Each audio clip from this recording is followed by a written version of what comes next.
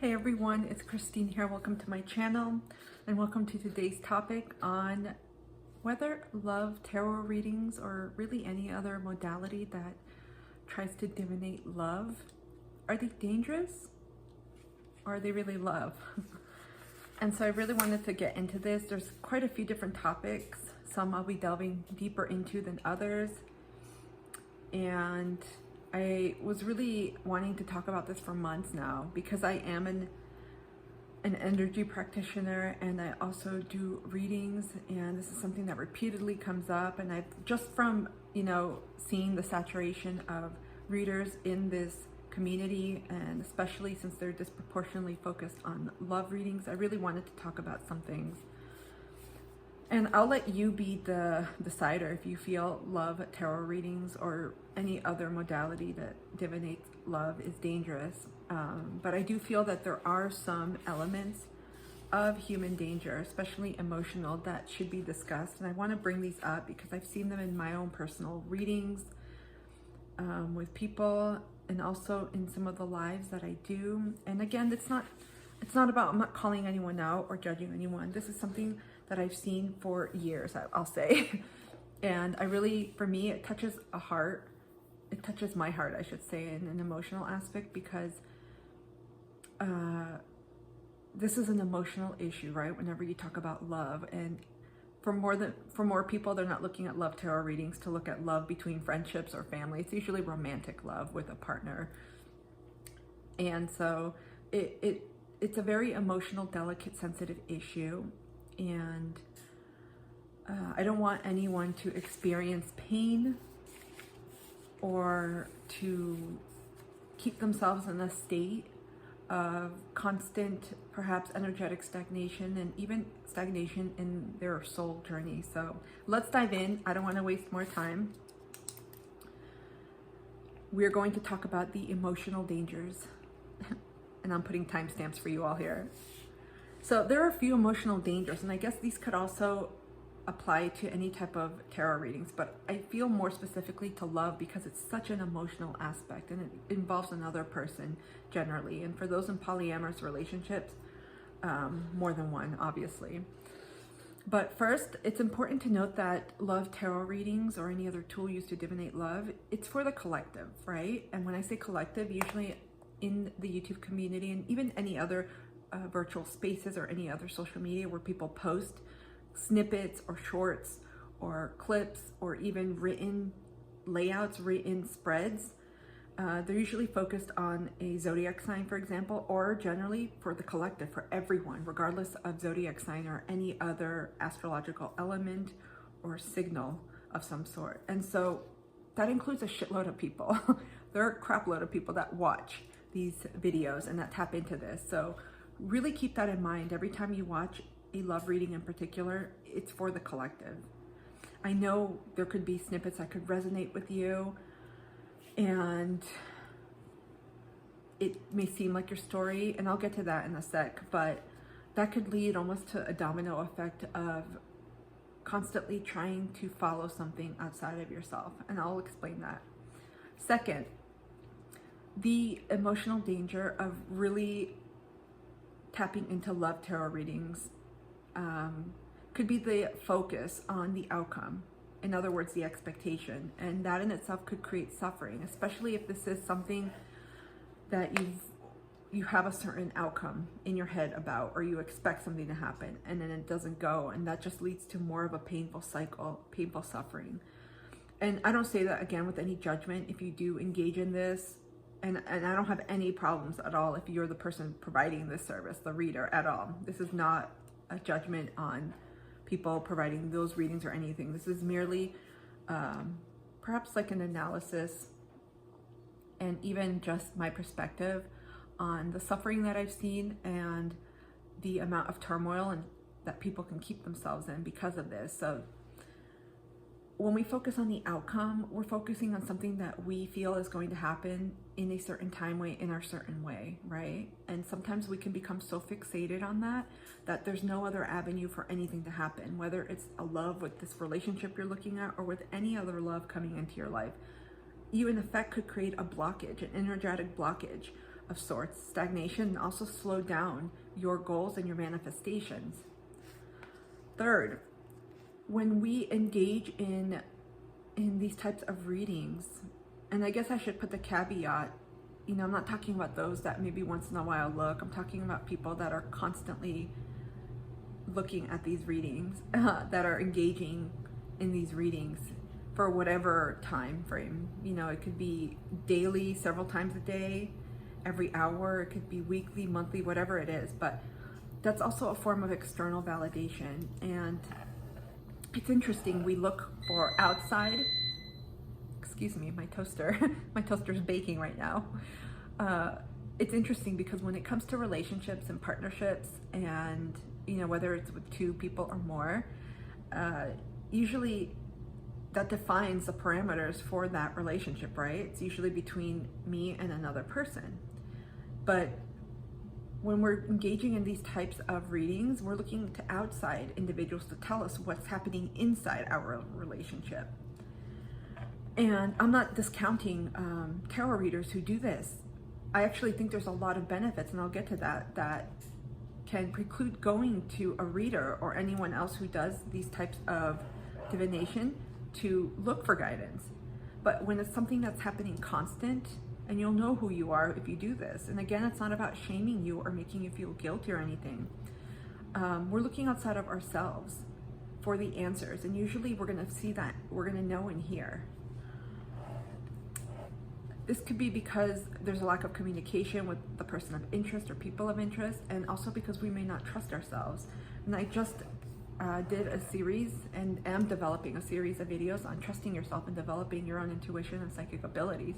And I think it's important because I'll say, I'm giving this an estimate, I don't even have empirical research to back this up, but I'll say 99.9% of you out there intuitively know what's going on in the dynamic, whether it's a situationship, with a crush, with a partner, a spouse, whatever it is in that connection and relationship. Fourth, and this one really I think is painful for me because I've seen this. I've also experienced this, so I'm speaking from experience as well to help others. When you engage in love tarot readings, it can become obsessive and addictive, and you're gonna know, because if you can't go a day, maybe an hour, or whatever time frame it is that you are involving yourself in without consulting a reading, there's a problem there. And I've seen this too in some of my own, I'll just say readings and also live streams, where people will ask questions about the same topic, usually love, since we're talking about that every single week. And again, it's not for me to call anyone out or to judge anyone about that. But there's something there when the energies don't change, and even when the guidance, when divine guidance comes through and gives you guidance and a message, there's something you're not paying attention to if you're constantly seeking something there.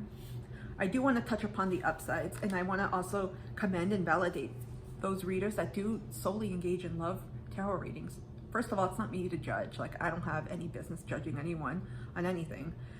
Whatever people want to engage in, offer, whatever services they want to do, that's up to them.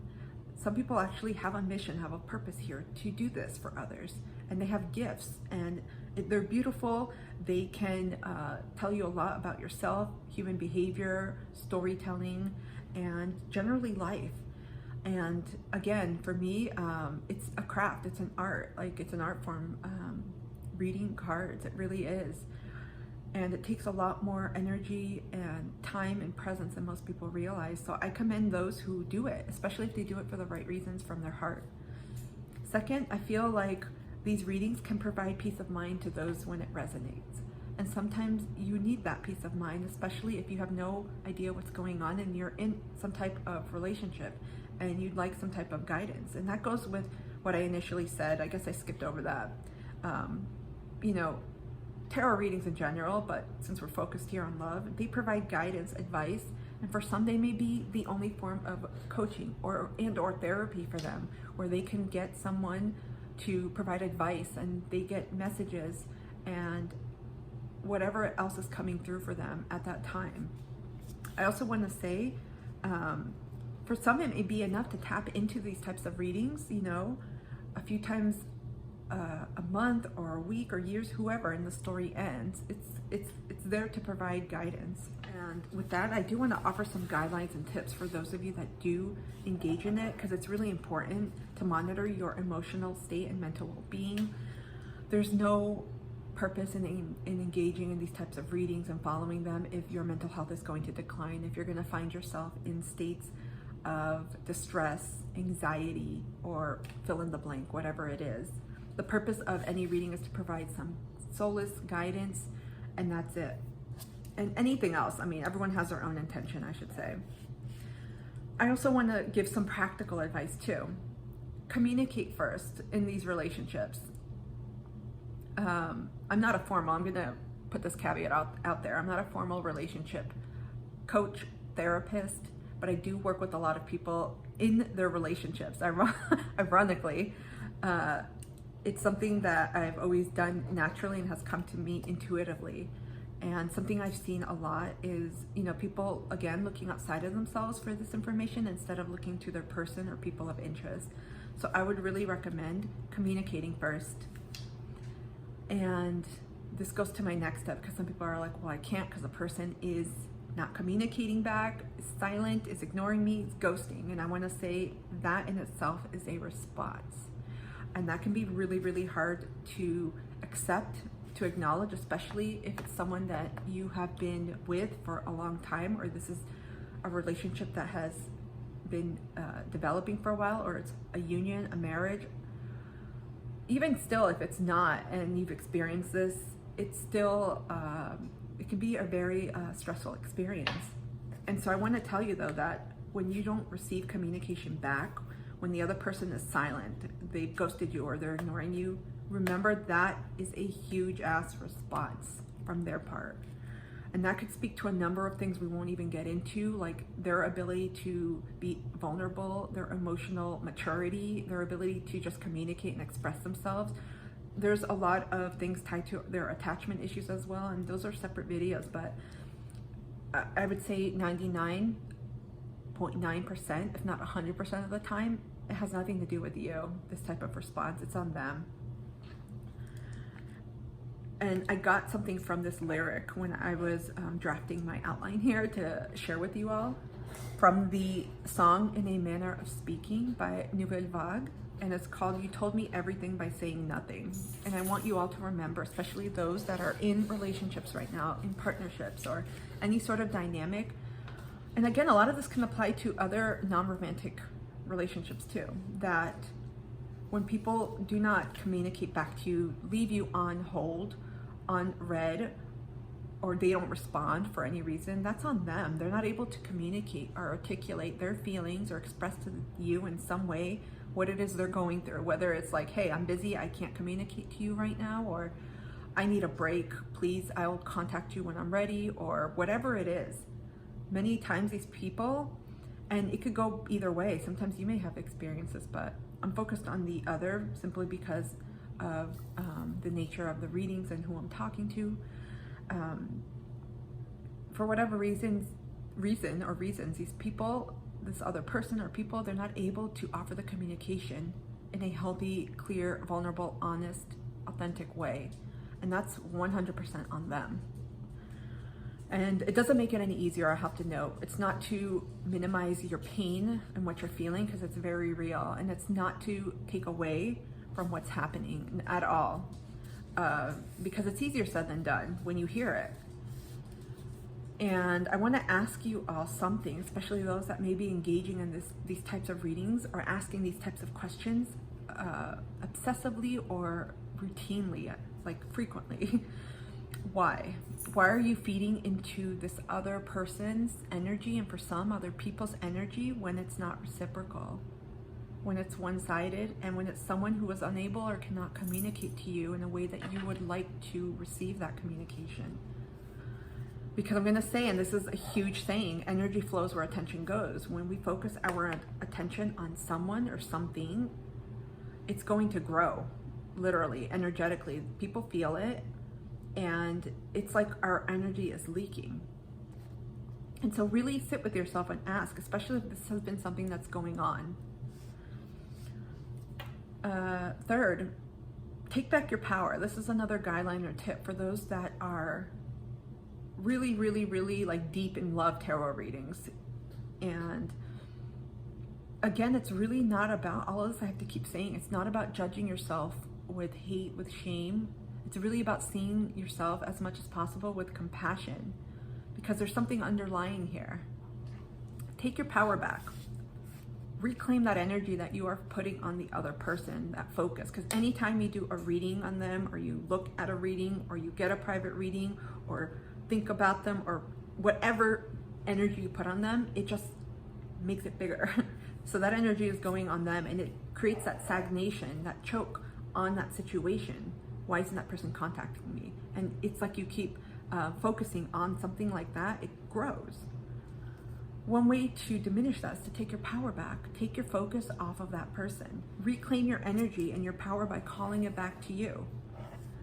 Do a cord cutting or a limpia or some type of ritual that is personalized to you that'll help you reclaim that energy back. And for some, it may take a while. And again, this has a lot to do with many elements here that I'm not getting into and that I'll talk about in a little bit. But this is also too about taking responsibility and ownership for your life and for your soul journey, because there's something here that you're being taught. And again, I'm all of this, for me, I felt the need to really talk about all of this because I've seen this a lot recently, and it's something that happens a lot in these types of readings. And my goal is to really help people come back to self, connect to self, really start or re-engage on their self-love journey or in their self-love journey, and feel like they themselves are whole and enough. Because a lot of this stuff can cause major emotional suffering and pain, and that can manifest in so many different ways in our bodies. I also want to say, don't blame the reader. And I feel like those that may engage, it depends. Because I've seen a lot of videos, because I was researching on this, and I've seen videos where people trash the tarot reader and all of this. And I'll be the first to tell you, I'm not going to judge any other reader. Everyone has their own way of reading, and you intuitively will feel guided to connect with whomever you connect to. That's it. It's very personal. I feel like everyone has their own way of reading. They have their own gifts, the way they express it, the way they talk about things, and that may be what they're here to do. And you also have to use discernment too. That's important. That falls on you, not on the reader. And I fiercely believe in this. When people provide a service like this, I don't know how you can blame the reader, because they're not the ones calling for you. They're providing it. It could provide assistance for some, but you have to also balance that. Be careful it doesn't cross into emotional and mental signs like of distress, or that causes any form of anxiety or deterioration in your emotional state, because this type of situation, this type of topic and these themes can easily do so. So again, I always say this in my videos, you got to be discerning. Whichever or whomever you consult, you got to be really discerning, and always take what resonates and leave the rest. But with love readings, again, when something is stagnant, there's always a tendency, it becomes one-sided, and it's usually one person that puts so much focus and energy on the relationship or on that person. And that's not what relationships should be like. They should be reciprocal. And so finally, I want to ask you all to ask yourselves, ask, what am I learning here and what's being shown to me? Because in these dynamics, when you do experience something like this, there's something being shown to you. And very briefly, I will touch upon these, and these also warrant completely more in-depth, different videos that is and it's beyond the mean of this video. But some of the life lessons that I've seen and I've learned here, working with others, is, and includes the following, I should say, when it comes to these types of dynamics and people that may engage in love tarot readings to an extent that causes emotional harm to themselves or distress.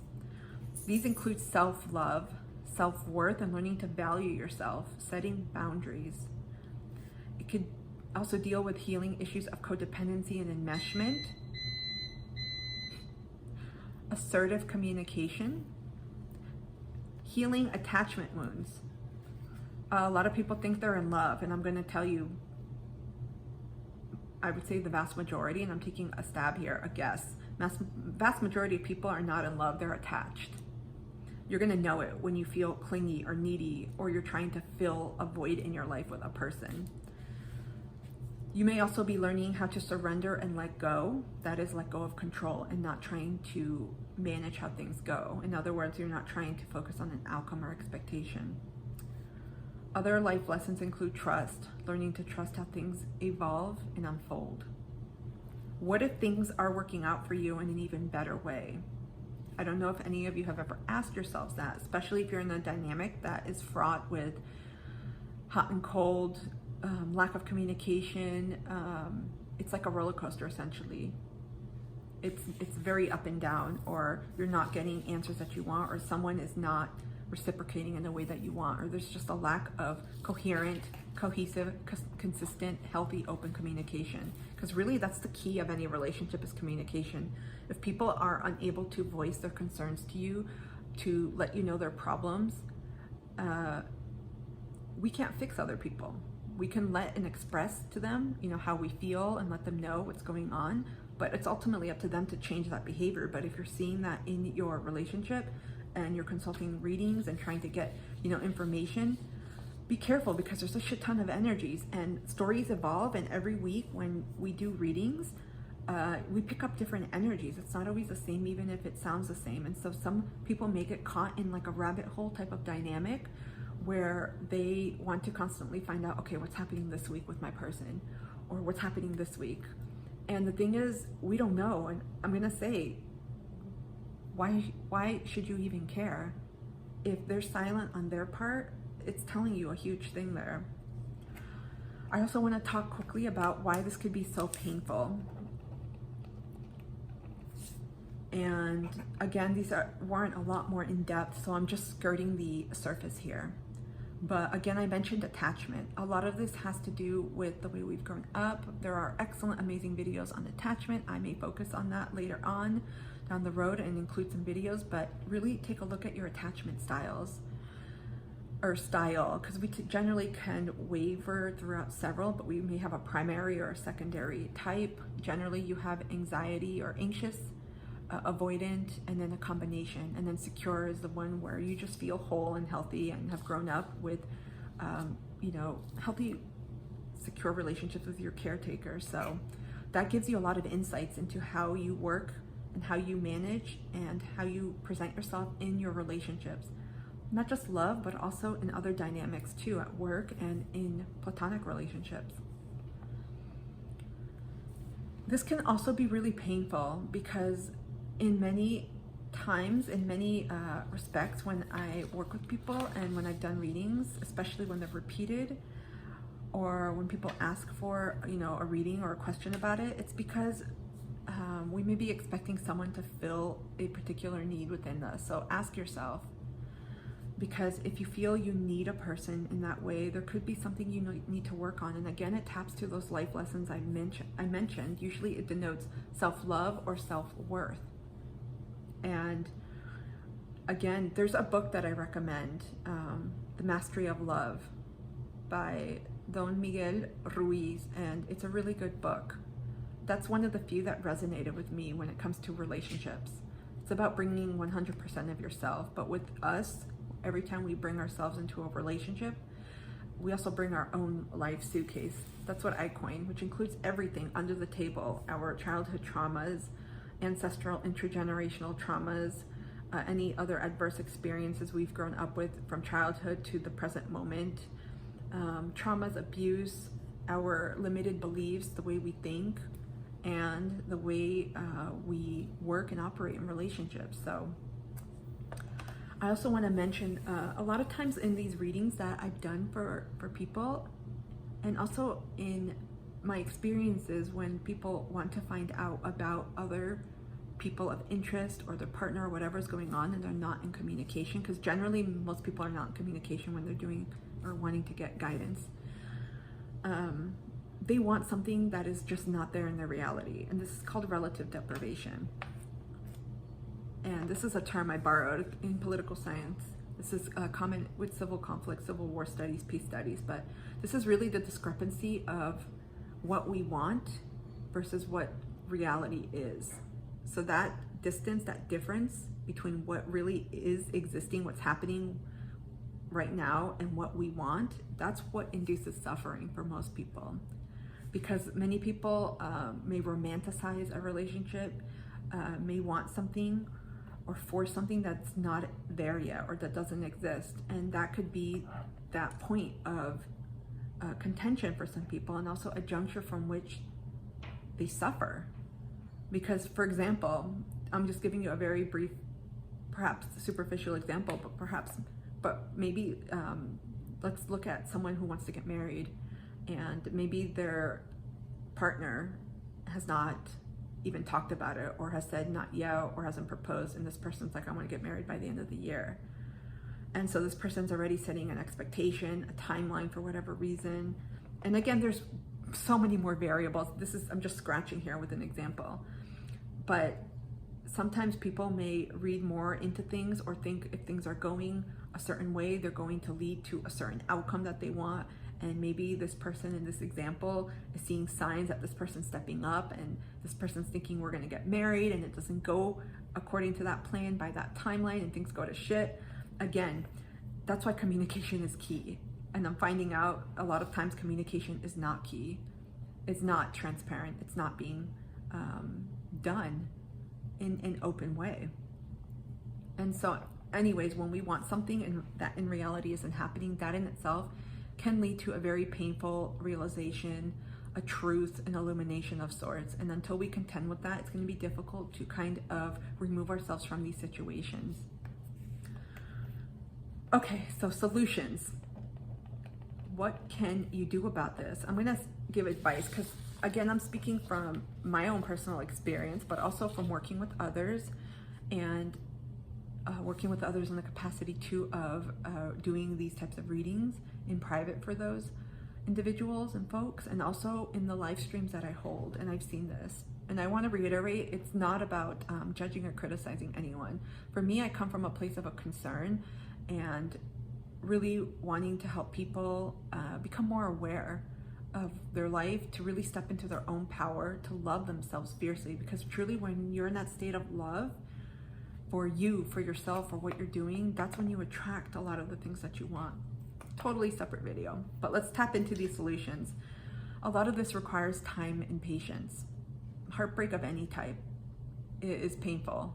It's not comfortable. I don't know how many people are like, yep, I'm gonna get into a relationship with this person knowing that we're going to break up by this date so I can experience heartbreak. No, but they all teach us something, and that's something to delve into, especially if you're someone that has had previous relationships. Explore what you've learned, what's been the common theme, because you will find a common pattern, and see what it is that is jumping out at you. Second is guidance. And I always say, go to self first. Tap into your intuition. I did a video, and I'm doing a video series on psychic abilities and developing those and trusting yourself. And I feel like they go together.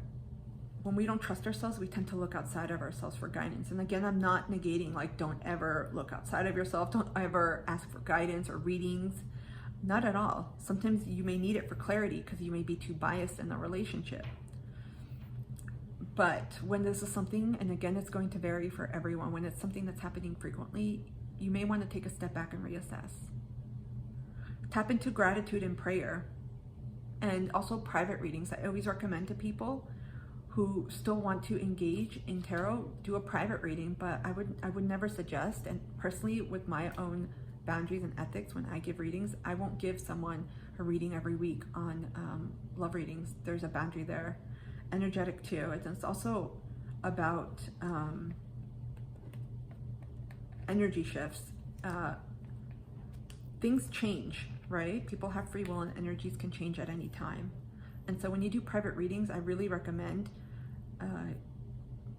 seasonal readings, like if you want to get like a life update or tap into something, or at least monthly. But with love readings, I would not recommend doing them weekly because it can cause a lot of emotional turmoil.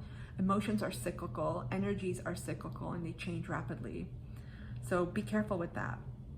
Third, I recommend focusing the energy on you. And this is advice because I like to include practical advice, as I am an intuitive coach as well, in my readings. at the end, and also when I do live streams. And it's important, especially when I get messages that give a certain message. Refocus the energy on you. It's similar to growing a flower. Imagine you had a seed, but you were so invested in growing that other person's seed, right? Their own flower, and you neglected yours. Well, what's gonna happen to your flower? If it doesn't get enough water, sunlight, nurture, it's probably going to die and wither away, and the other person's is going to grow. That's the kind of the same message relating to the adage or saying of energy flows where attention goes. So put that energy on you, on making you your best self, filling your cup, really exploring and getting to know yourself, really becoming intimate with yourself, right? Figuring out who you are, what you like to do, getting curious. It's also learning about what it means to love yourself, because some of you that I'm speaking to may not have a love practice, a self-love practice, may not even know what self-love is, may not even know how the hell to start it. And you may have grown up in a dysfunctional home, and that could mean finding ways to reparent yourself and to show your way love, to show yourself ways to love yourself that you may not have received growing up. Finally, invest in yourself, because no one can take that away from you. So there's a lot of redirection to self here, and I'm not gonna tell you, I know it's not easy, but it's a mind shift, and it's something you just practice every day. And yeah, you'll make mistakes, but it's something you'll practice. Finally, I wanna say that the person you'll have the longest and most intimate relationship with is with yourself. That's why it's really important to always put yourself first, to invest in yourself, to love yourself, to redirect that energy on yourself.